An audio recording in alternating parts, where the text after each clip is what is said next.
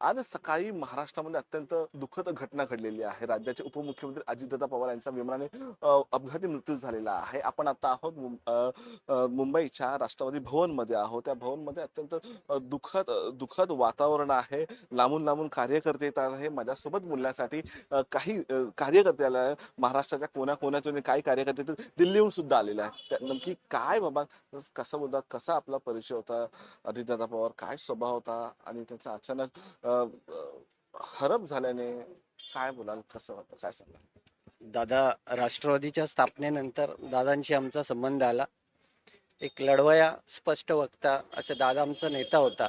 कार्यकर्त्यांना होणारं काम असेल तर तोंडावर सांगायचे होईल म्हणून, नाही असेल तर राग आला तरी चालेल पण नाही म्हणून सांगायचे. याचा मला अनुभव 2000 साली आला होता.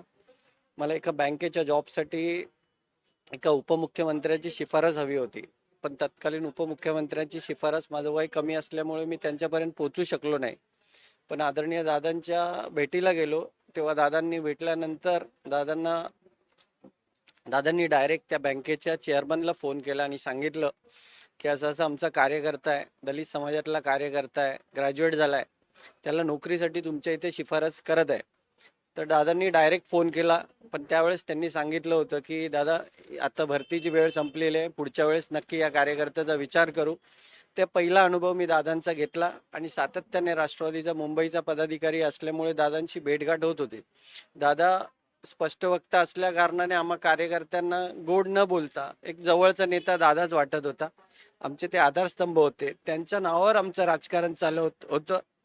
आणि दादांची अचानक एक्झिट होईल असं आम्हाला स्वप्नातही वाटलं नव्हतं.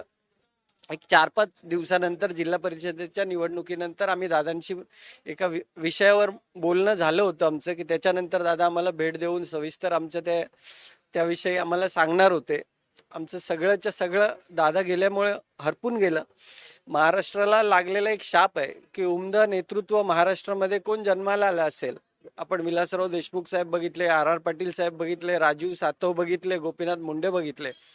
असंच आज दादांची अचानक एक्झिट झाली आणि महाराष्ट्राला लागलेला उमदा नेतृत्व हरपण्याचा शाप आज दादांनी खरा करून दाखवला. याबाबत नियतीने आमच्यावर, काळाने खूप क्रूर हल्ला राष्ट्रवादी काँग्रेस पक्षावर केला आणि महाराष्ट्रातला तमाम दीनदलित गोरगरिबांना आपलासा वाटणारा स्पष्टोक्ता नेता आमचे राष्ट्रवादी काँग्रेसचे आदरणीय राष्ट्रीय अध्यक्ष दादा आज आमच्यात नाही, हेच आम्ही कल्पना करू शकत नाही. आमच्यावर किती दुःखाचा डोंगर कोसळला आणि महाराष्ट्राचं किती अतोनात नुकसान झालेलं आहे. सर, तुम्ही काय बोलाल? दादांच्या दाण्यामुळे महाराष्ट्र पोरका झालेला आहे असं म्हणायला काही हरकत नाही. दादांचा मी हमेशा अनुभव असा आहे की दादा एक स्पष्ट वक्ते होते आणि जो डिसिजन घ्यायचा, डिसिजन मेकिंग त्यांची कॅपॅसिटी खूप स्ट्रॉंग होती. त्याच्यामुळे दादांना आजच्या जाण्याने महाराष्ट्र पोकळ झालेला असल्यामुळे दादांना आमची मनापासून भावपूर्ण श्रद्धांजली. सर, अजितदादा अचानकपणे जे सार्वजनिक ठिकाण आहे, प्रशासकीय ठिकाण आहे, त्याला अचानकपणे भेटी देत होत्या. जे अधिकारी आहे त्या अधिकाऱ्याला एकदम प्रेमापोटी त्याला एक दम देत होते, बाबांनो, ही अशी जी काय चूक झाली ती नेक्स्ट आम्हाला होऊ नये, पुढे होऊ नये. त्यामुळे अजितदादा एक स्पष्ट वक्ता आणि एक रोखठोक भूमिका घेणारा नेता म्हणून ओळखला जात होता. सर, काय बोलाल तुम्ही, तुमचा कसा अनुभव होता? सबसे पहले तो ये हमारा दिल मानने के लिए बिल्कुल तैयार नहीं है कि हमारे बीच में अभी अजीत दादा नहीं रहे हैं। ये जरूर कोई ना कोई कॉन्स्पिरेसी या किसी के शिकार हुए हैं, क्योंकि हमारा जो नेतृत्व अजीत दादा करते थे उसके सिवा हमको कोई एक्सपेक्ट भी नहीं कर सकते हैं कि ये कोई चीज ऐसी हो सकती है, वो भी दादा के साथ में। इतना गंभीर ये ऐसा हुआ है कि हमारे पैर के नीचे से जमीन निकल चुकी है। ये जो दादा का नेतृत्व था हमारे लिए इतना इम्पोर्टेंट, इतना ऐसा लगता है कि अभी हमारे साथ में हमारे दादा नहीं है तो हमारे लोगों का क्या होगा। हमारे नेतृत्व जो इतना बेहतरीन नेतृत्व जो उन्होंने हमारे लिए किया हुआ है, हर घोर गरीब के लिए जो जो डिसीजंस दादा देते थे, सुबह 6:30-7 बजे लोगों के दरबार में वहां पे हाजिर रहते थे, लोगों की समस्याओं को हल करते थे। दादा अब कब होगा, कैसे होगा, क्या होगा, हमें कुछ भी इस बात का गुमान भी नहीं कर सकते दादा, आप नहीं हो तो। दादा, आपका कर्म, आप हमारे लिए एक प्रेरणा स्रोत है दादा। आप नहीं है, हम ये गुमान भी नहीं कर सकते दादा। आपके सिवाय हमारे एनसीपी के कार्यकर्ता का कोई एक बहुत बेहतरीन नेतृत्व हम आपकी सिवा नहीं गुमान कर सकते हैं दादा। मेरे लिए और ज़्यादा बोलने के लिए मेरे में क्षमता नहीं है, पर मैं दादा का जो भी उन्होंने हमारे पूरे महाराष्ट्र के लोगों के लिए, जनता का जो भी काम किया है, उनके लिए बहुत बहुत आपका धन्यवाद।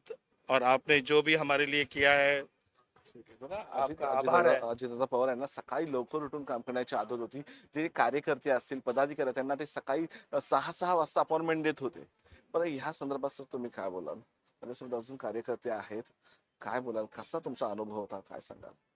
दादा सकाळी 7 वाजता हे कामाला लागायचे. पक्षाच्या काम, जनतेची सेवा, जनतेचं ज्या दायित्व त्यांना भेटलं ते पार पाडण्यासाठी सकाळचे 7 वाजता ते हजर असायचे. आणि खूप स्पष्ट वक्ता असे दादा होते. जे बोललं ते करणार. काही लोकांना वाईट वाटो किंवा काय वाटो, पण जे खरं आहे ते बोलणार आणि जे ते होण्यासारखं आहे ते ठामपणे करणार, असे आमचे नेते होते.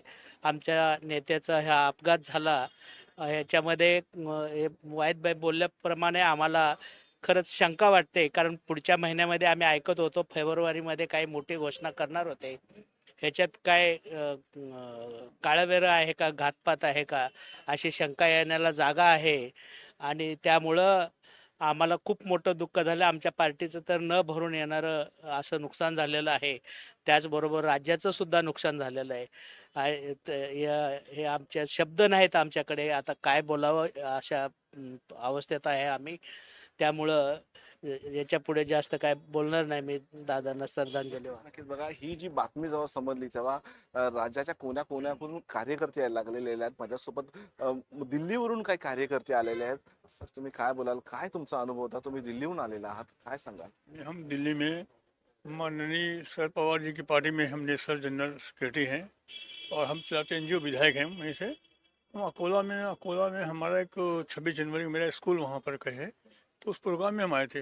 तो मालूम पड़ा मुझे, चूँकि दिल्ली वाली फ्लाइट में बंगलोर वहाँ जाना था नागपुर से, तो जब मालूम पड़ा घटना तो मैंने कहा भाई हमारी मुलाकात 2 महीने पहले दादा से हुई थी। हम महाराष्ट्र आए थे में तो मेरी मुलाकात हुई, लेकिन बहुत दुख हुआ हमको वही बार में कि हम श्री शरद पवार जी साथ में पार्टी में नेशनल लेवल में हैं। महिला कार्यकर्ते आपल्यासोबत आहेत. ताई काय बोलाल? कसा आहे? दुःखाचा डोंगर घडलेला आहे. काय तुमचा अनुभव दादासोबत, काय सांगाल? मी मालती पाटील, मुंबईचे उपाध्यक्ष आहे. दादाबद्दल सकाळी ऐकले, शेजारीने धावत आले. मी चपात्या लाटत होते, जसं ऐकले तसे हातातलं लाट खाली पडला. माझे आईबाप वारले तरी एवढं नव्हतं दुःख वाटलं. आज माझं समुद्र रडतंय, आज माझं जग रडतंय. आज बोलण्याचे शब्द नाही. दादाचा निवडणुकीच्या आधी 8 दिवस दादाशी भेटले होते तिकीटसाठी. दादाने जावई आणि सासू दोघे एका वार्डमधून निवडणूक लढवतात. मग सगळे पक्ष निर्णय घेतला, जावयाला मी तिकीट द्यायला लावले. आमच्या घरात तिकीट मिळालं. आम्ही एवढं निवडणुकीत एवढं मग नव्हतं. दादाला एकदाच आमच्या एनिनबाईनी फोन लावली, त्याच्यानंतर नाही फोन लावलं. आणि त्याच्यानंतर तिकीटी नाही झाले. काल गावावरनं फोन आले सर्व. एवढं गावाकडले सुद्धा आपलं घड्याळ आहे, कोल्हापूरला आपलं घड्याळ आहे एवढं. आणि सकाळी बघते तर दादाचा सकाळ संध्याकाळ दिवसभर घरात आमचं राजकारण, दुसरं काय लक्ष नाही, फक्त आपलं राजकारण. आणि आज दादा गेले तर आज कोणाशी काय असं वाटत नाही. शब्द नाही राहिलं बोलण्या एवढी. देवाला एकदा दया काढाय आलं, एकदा फिरून काढाय बघितलं. घरातून एकदा पाय पडतो, ठेच लागून म्हणलं दादा आज घरात राहिले असते.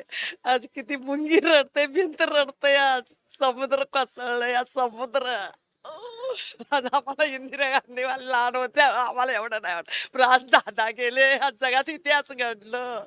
आमचे विनायक मेटे गेले, आम्ही विनायक मेटेची बहीण होती. त्यावेळेला पण हेच प्रकरण आम्हाला दुःख सहन करता. आणि आज दादा गेले, आम्हाला राजकारण नको झालं. आज राजकारण एवढं आम्ही राजकारणात वाहून घेतलं होतं.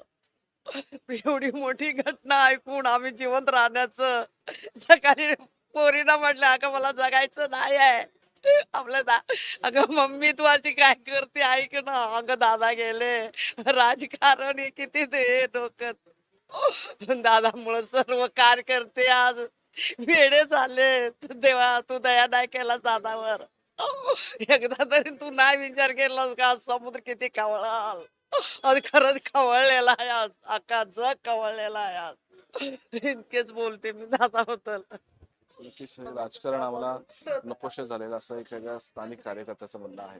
शिवाजी काळेसोबत मी धीरज गडप, टॉप न्यूज मराठी, मुंबई. आता जोकासू STP या अत्याधुनिक जॅपनीज तंत्रज्ञानाने सुसज्ज, quick installation, energy efficient, noiseless blowers, low maintenance या आणि अशा वैशिष्ट्यांनी परिपूर्ण जोकासू STP तंत्रज्ञान प्रकल्प उभारणीपासून ते विक्री पश्चात समाधानकारक सेवा देणारी, भारताबरोबरच परदेशात देखील प्रकल्पांची यशस्वी उभारणी करणारी company Deccan water treatment private limited.